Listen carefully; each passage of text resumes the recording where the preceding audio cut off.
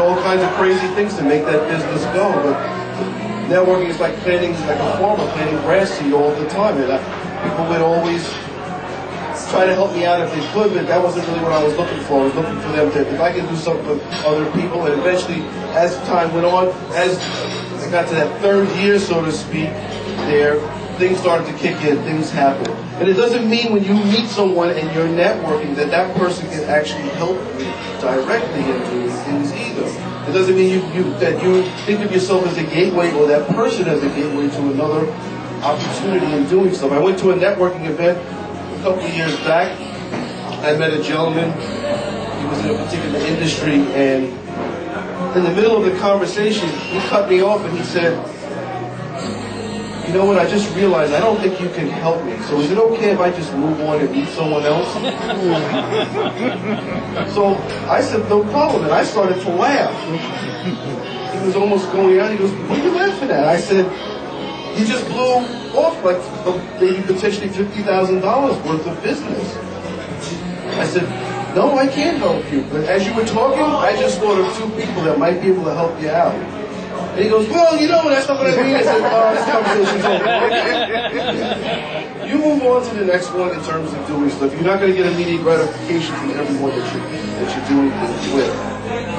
That's something to keep in mind in terms of putting yourself kind of on the back burner and focus on what each person wants in terms of doing things. You have to, like I said again, step out, step up in terms of focus on only what that person wants, and dividends will start to pay for themselves in terms of doing things like that.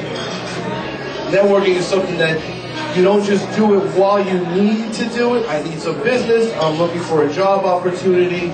It's a never-ending story. And it's something you have to constantly do all the time.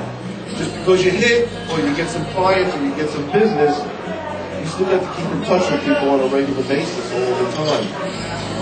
I would recommend getting some contact management software, because people say, "Well, you know, I meet all these people, and I can't manage it." There's quite a few programs out there. You have ACT, there's another one called CardScan that you can use. And here's the acid test as you meet people there. You know, as Rod mentions there, you know, within 48 hours, you try to follow up, send people an email to make that connection.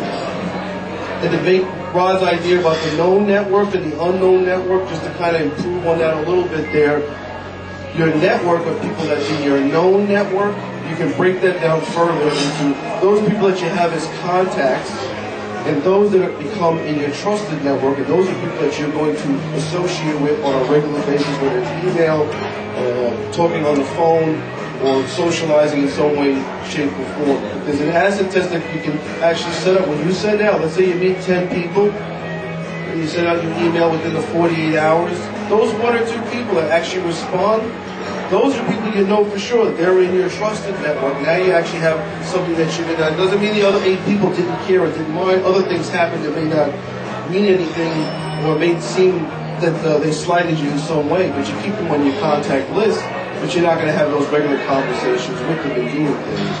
Those people that are in your contact list, you keep track of the industries that they're in. Now here's where the key part comes in now. You have people, you do it by industry, whatever it is, finance, insurance, healthcare, whatever it is.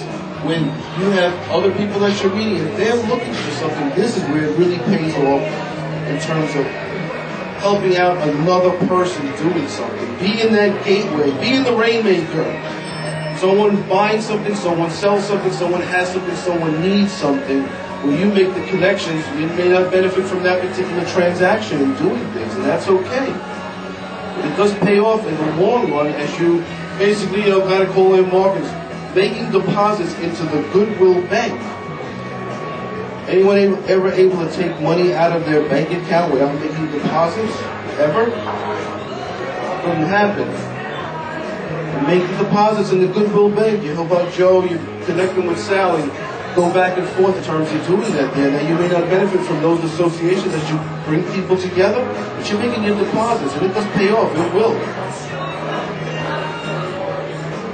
These are the kinds of things that you want to do in terms of approaching networking in general when it comes to following up and following through with meeting people. Forget what you want.